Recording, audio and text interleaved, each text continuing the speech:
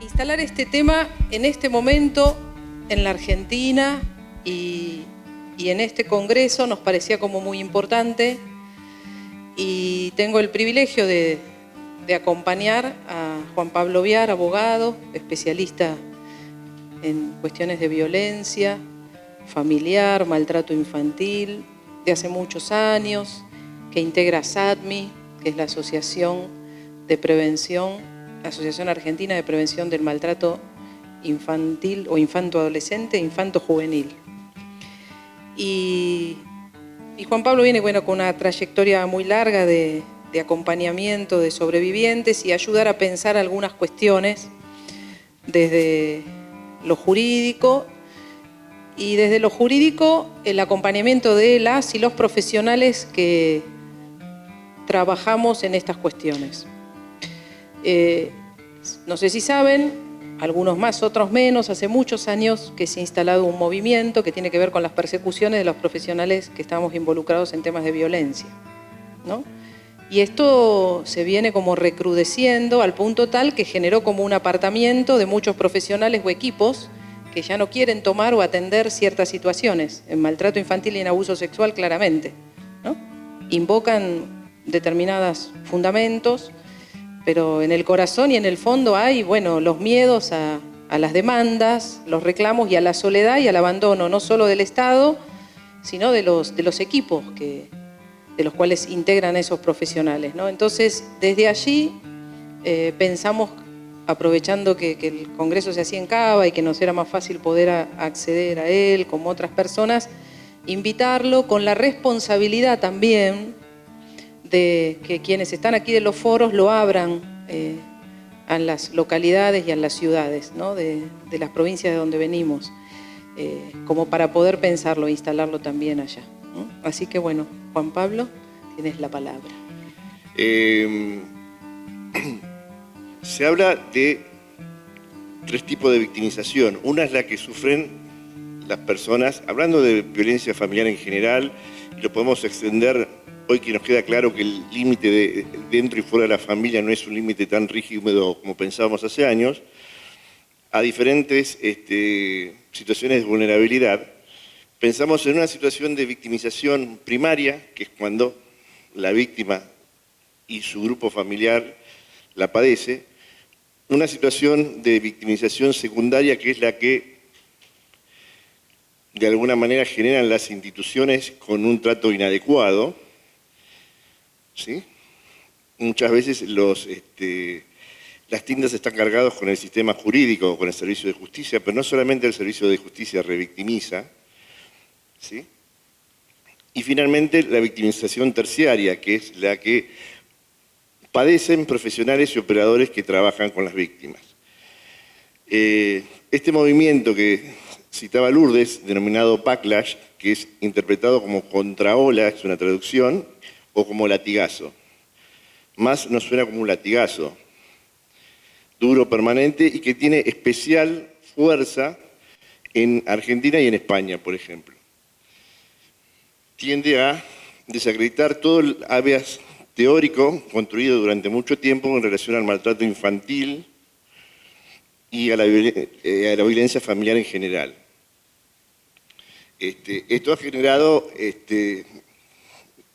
como decía Lourdes, un abandono importante de profesionales y operadores que se han retirado, de grupos que han desaparecido en algunos casos también, enteros, y si uno piensa en la protección de la infancia, tiene que también pensar en la protección de los que protegen. Y este es el espíritu que signa de alguna manera este anteproyecto, del cual venimos trabajando en ASADMI desde el año 97, con diferentes modificaciones, etc. La primera cuestión es establecer con claridad lo que hoy es algunas leyes provinciales como Tucumán, Formosa, lo tiene establecido expresamente y es tácito, pero es importante que se diga con todas las letras y todas las palabras. Las personas obligadas a denunciar o los que están haciendo algún tipo de diagnóstico o un tratamiento o un seguimiento, los que intervienen, o un acompañamiento simplemente, junto a las víctimas, gozan de inmunidad civil y penal. Inmunidad no implica impunidad, ¿se entiende? Inmunidad implica que, salvo supuestos de mala fe, las personas no pueden ser cuestionadas. Esto está establecido en el Código Civil, en el anterior y en el nuevo, en el artículo 1718, diciendo claramente, quien está obligado a cumplir una obligación legal, en tanto y en cuanto lo haga de buena fe, no puede ser cuestionado. Y una norma similar existe en el derecho penal con un título que no es grato, que es la obediencia debida. Si la ley me manda a hacer algo y yo actúo dentro de los límites de la ley, tampoco puedo ser reprochado por eso. La otra cuestión tiene que ver con algo que es lógico, pero que ha traído problemas, digamos, en algún caso, trabajando como abogado de un programa de maltrato infantil y habiendo hecho una denuncia en un caso grave de abuso sexual, muy grave, todos los que intervenimos sufrimos inmediatamente un pedido de procesamiento por divulgación de secretos. Y el secreto profesional tiene mucha utilidad, se debe respetar la intimidad de los niños, niñas y adolescentes en general, y mucho más de los que han sufrido algún tipo de victimización. Por eso se violenta la intimidad de los niños, y un poco entrando en la presentación anterior, no solamente cuando aparecen ellos, o cuando se dice su sobrenombre, por ejemplo, sino también cuando aparecen los progenitores, padre o madre, alegando la verdad. Es decir, si aparecen el padre o la madre y se identifica o no se identifica al niño, claramente la gente de la escuela, del club y demás, van a saber que se trata de un niño en una situación espantosa. Entonces, creo que es muy importante y muy positivo todo lo que trajo el Código Civil y Comercial nuevo en relación a la protección de la intimidad, a la protección de la imagen e incluso a la protección de la voz. Decía entonces que el secreto profesional es un instituto cuya vigencia obviamente se justifica, pero hay situaciones donde este secreto se tiene que relevar. No es como todos los institutos jurídicos, no es de aplicación absoluta. Entonces, cuando existe un niño, niña, adolescente en riesgo, u otras personas, pueden ser discapacitados, ancianos, pueden ser mujeres en situación de extrema violencia, situaciones de vulnerabilidad importante que le impiden a la víctima pedir ayuda, está en quienes están cerca, como profesionales, como operadores, o asistiendo a relevar ese secreto profesional. Bueno, pasamos a la tercera. La otra cuestión es la siguiente. Esto de atacar a la gente que trabaja en la temática lo ha dicho un personaje muy nefasto en una de sus obras, que es Richard Gardner. Él hace mucho tiempo dijo: necesitamos acciones de daños y perjuicios bien fundamentadas para que se termine esto de las denuncias, etcétera, etcétera. Y le han hecho caso en algunos casos, en todo el mundo, incluido en Argentina. Hay dos tipos de acción que tiene el backlash. Una es a través de una forma, vamos a decir, lícita, que es a través de acciones civiles, de daños y perjuicios, de acciones penales, ¿sí? Por ejemplo, por incumplimiento de los deberes de funcionario público,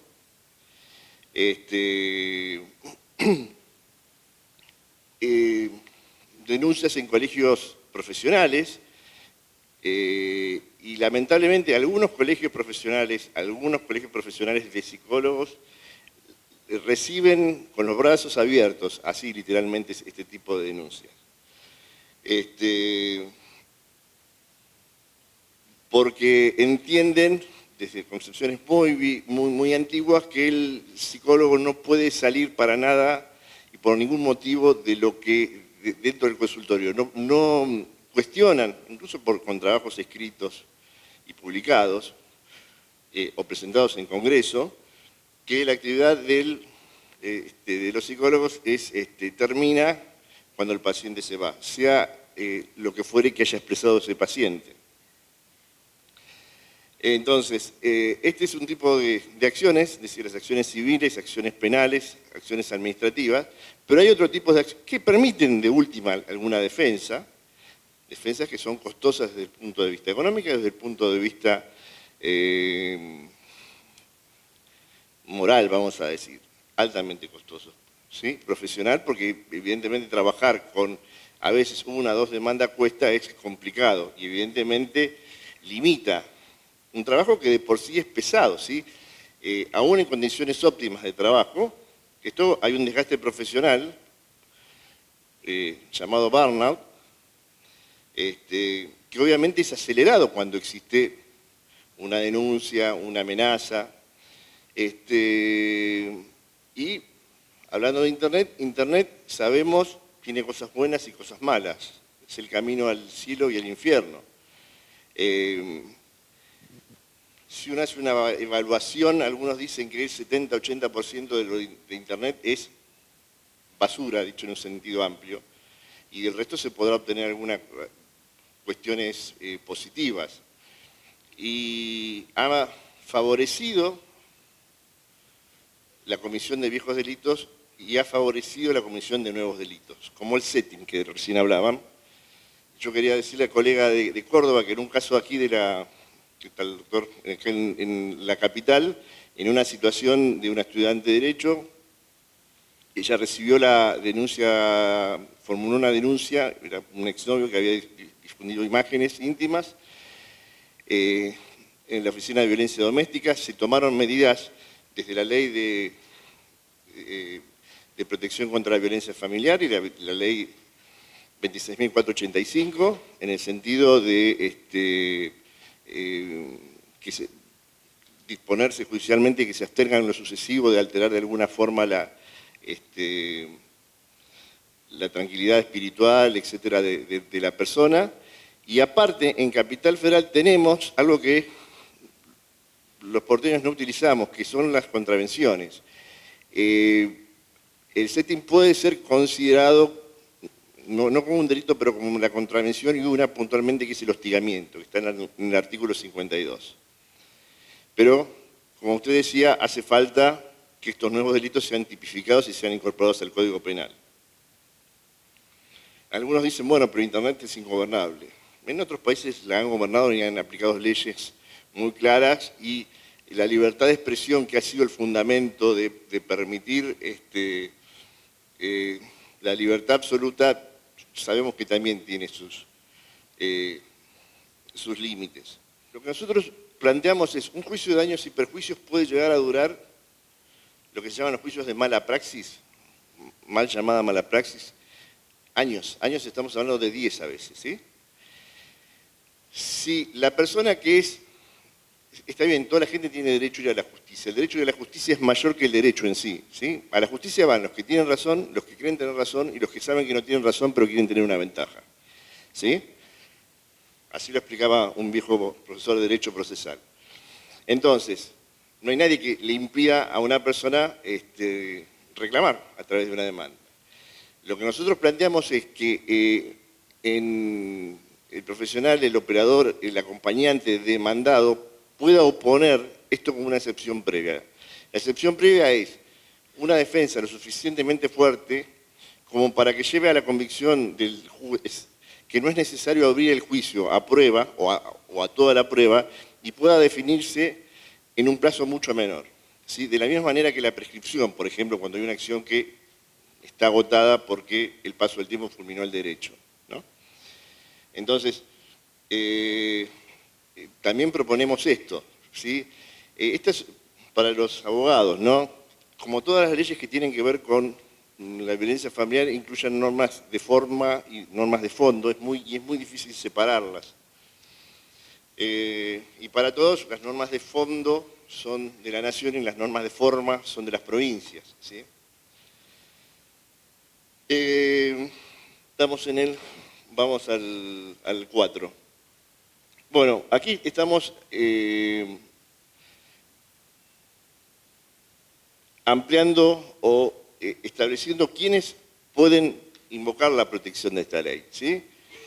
Y la realidad es todos los que trabajen en relación a la infancia y a la protección de la infancia, o de otros sectores o grupos vulnerables.